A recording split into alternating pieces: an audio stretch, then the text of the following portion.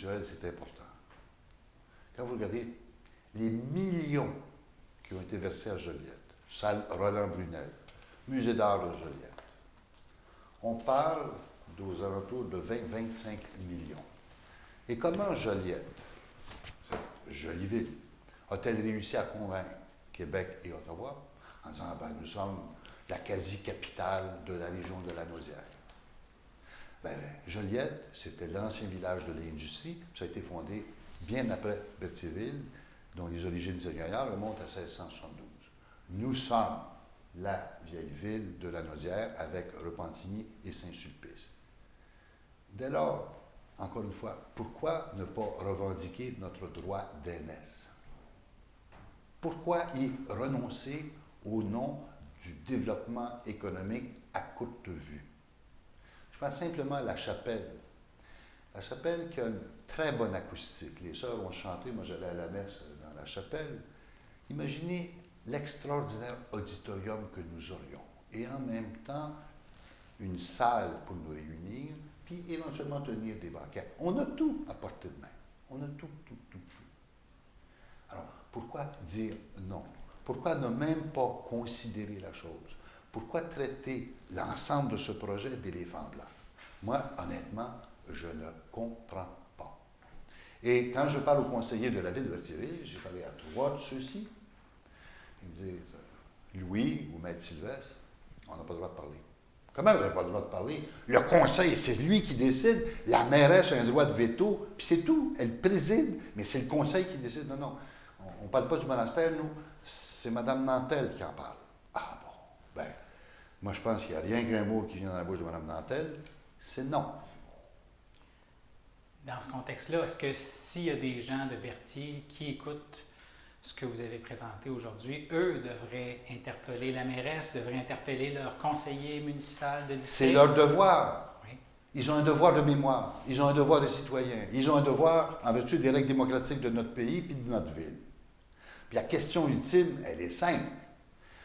Est-ce qu'on souscrit collectivement à un projet résidentiel seulement, sans création d'emplois à long terme valorisants et bien rémunérés, dont la valeur sera de 18 millions approximativement, enlevez-en, mettez-en 1 million, 2 millions de plus, on est dans le 18 millions au total, en rasant la forêt, en laissant quelques épinettes, en plantant, mais entendons-nous, si on fait des rues, des toits, des entrées, des garages, 80% des arbres vont disparaître. Ou est-ce qu'on ne peut pas sauver le monastère, le convertir, le transformer et y ajouter une centaine d'unités de ressources intermédiaires, une clinique médicale que tout le monde veut, une pharmacie adéquate, puis des équipements, des petits commerces, dépanneurs, et faire en sorte qu'on sauve 80% du boisé. Imaginez un établissement ressources intermédiaires au milieu d'un immense boisé en plein milieu d'une ville. C'est exceptionnel. Et je puis vous dire que Joliette a déjà un projet pour ses 100 unités de ressources intermédiaires.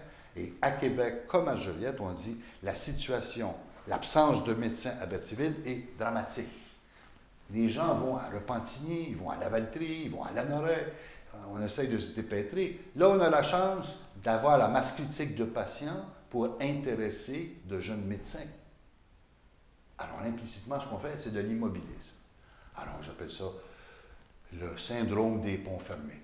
Ça fait 10 ans qu'on a 2 ponts fermés, et puis on est content d'avoir 2 ponts fermés. Qu'est-ce qui se fait? Je ne le sais pas. Mais moi, j'ai le journal des débats, pas du journal des débats, là, les procès-verbaux de la ville de Berthier, ça vient de Louis Tranche-Montagne, qui était le père de Claire Tranche-Montagne. Le pont sur la rivière Chaloupes, il a été bâti en bois en 1861. Il a été inauguré. Et j'ai les originaux des procès-verbaux. 1861. Ben, je vous dirais, en 1861, Berthier en haut était pas mal plus progressiste que Berthierville sous le gouvernement de Mme Nantel. Et là, vous l'interpellez, vous lui demandez officiellement vous seriez ouvert à faire un débat avec elle sur cette question? Je ne veux même pas un débat. Qu'elle vous réponde. Notre alternative, nous, c'est 22 millions d'investissements. C'est 30 préposés aux bénéficiaires, puis Puis c'est 20 personnes, dont 5 ou 6 médecins et des auxiliaires de bureau médical. Alors, c'est 22 millions. Approximativement, j'en conviens. On ne se battra pas sur le détail. Puis 2 millions de masse salariale annuelle, puis je n'ai même pas calculé le salaire des médecins là-dedans. Alors, ma question, c'est, Madame Nantel, vous qui présidez le conseil, auriez-vous l'amabilité, en public, soit d'en débattre avec messieurs Deshaies et Sylvestre, ou alors de venir vous expliquer, dites-nous en quoi ce que nous avançons n'est pas fondé, en quoi avons-nous menti, en quoi avons-nous avancé des chiffres totalement erronés, en quoi la ville de Joliette, la ville de Terrebonne, la ville de Lombardie, toutes veulent des ressources intermédiaires, puis nous, on a des Bertholets qui sont expatriés à Joliette, à Sainte-Ambroise, à Sainte-Élisabeth, d'un côté et de l'autre. Alors, venez, Mme Nantel, expliquez-vous. Puis je propose même le débat ici, à 2 mètres de distance avec M. Deshaies, avec les gens qui représentent les promoteurs. Il y a et Mme Nantel. une grande salle à côté là, qui pourrait aussi. Ah, ben écoutez, si on avait la chapelle du monastère, on pourrait, dans une acoustique extraordinaire, tenir un extraordinaire débat avec une audience. Mais, Dans la boîte à start-up, il y a une grande salle qui pourrait servir pour un tel débat. ben, écoutez, j'en fais l'invitation. J'ai rien à cacher, puis je tiens à souligner, et je parle pour M. Deshaies et pour nous n'avons aucun intérêt financier là-dedans. Écoutez, moi, je vous dirais que, vous savez, les dossiers en aménagement, c'est souvent, très souvent complexe. Okay? Quand on ajoute à des dossiers en environnement l'aspect patrimonial, c'est aussi des dossiers complexes.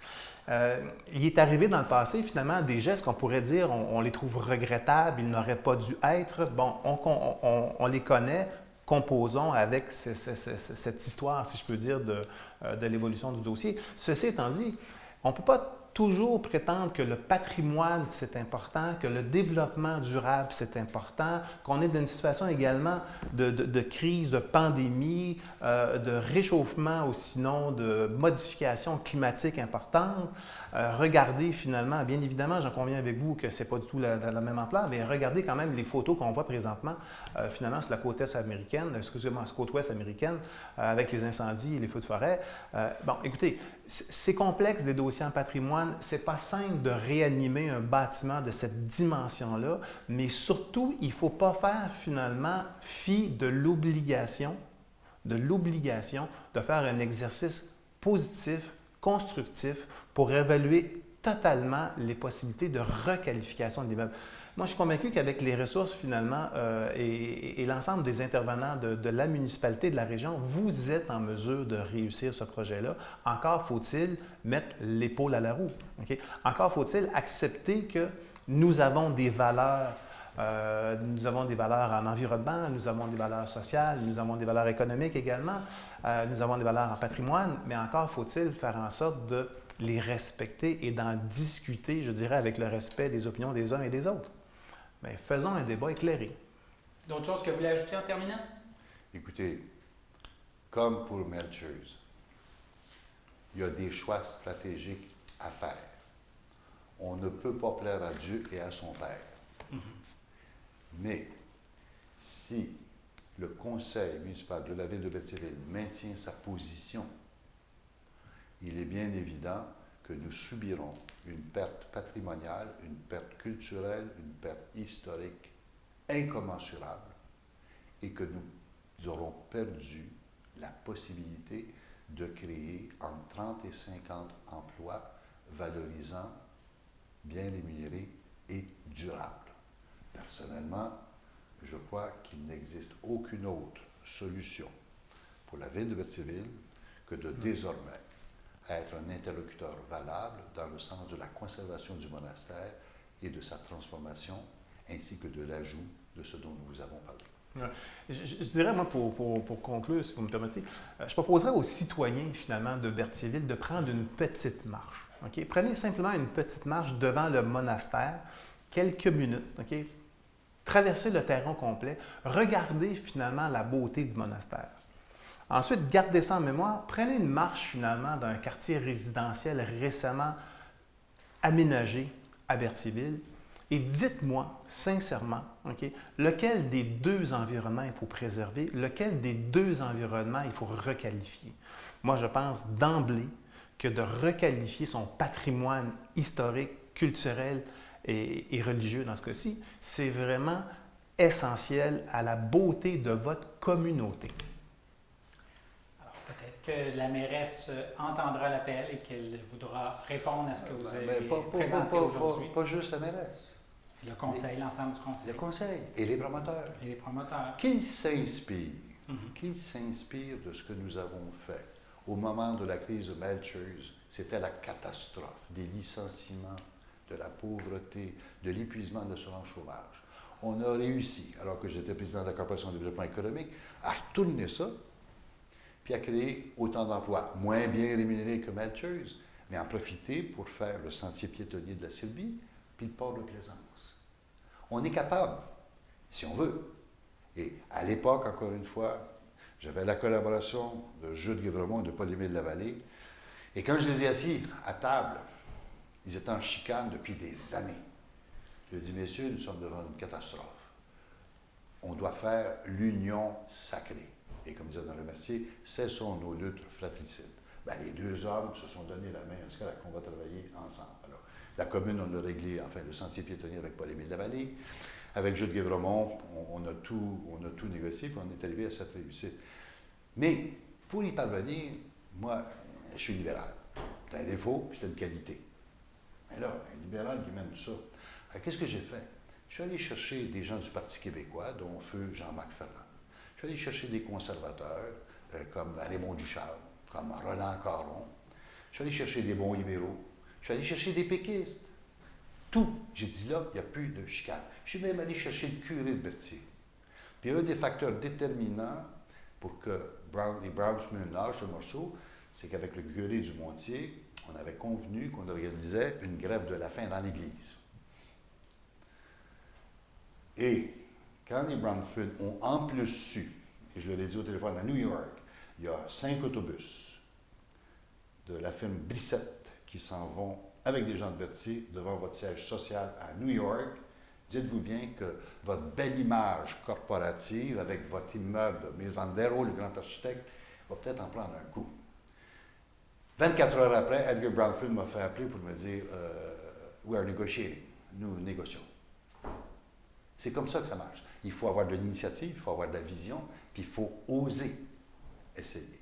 Et c'est dans ce sens-là que j'en appelle au dialogue, pas à la confrontation, au dialogue. Y compris avec les promoteurs.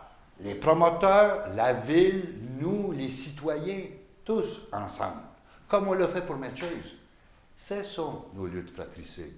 Cessons les procédures judiciaires. Parce qu'au fond, les promoteurs actuellement, regardez les chiffres. À mon avis, écoutez, je ne suis pas dans le domaine immobilier, mais je crois qu'il y a une certaine profitabilité en termes de construction à participer à ce projet communautaire. Alors, ce n'est pas une impasse, au contraire, ce n'est pas une impasse, ce n'est pas une négation, ce n'est pas du chiolage. C'est une immense opportunité qui nous est offerte. Parce que si on démolit et on fait des bungalows, oubliez ça, il n'y aura pas de subvention, c'est du traditionnel économique en construction. Alors qu'on peut bénéficier des aides fédérales, provinciales et de certaines fondations. Alors concluons, soyons positifs, soyons constructifs. Le pessimisme, ça n'a jamais été payant. Ce qui est payant, c'est d'être optimiste, avoir de la vision, puis avoir de la volonté. Merci d'être venu nous en parler. C'est certainement un dossier à suivre.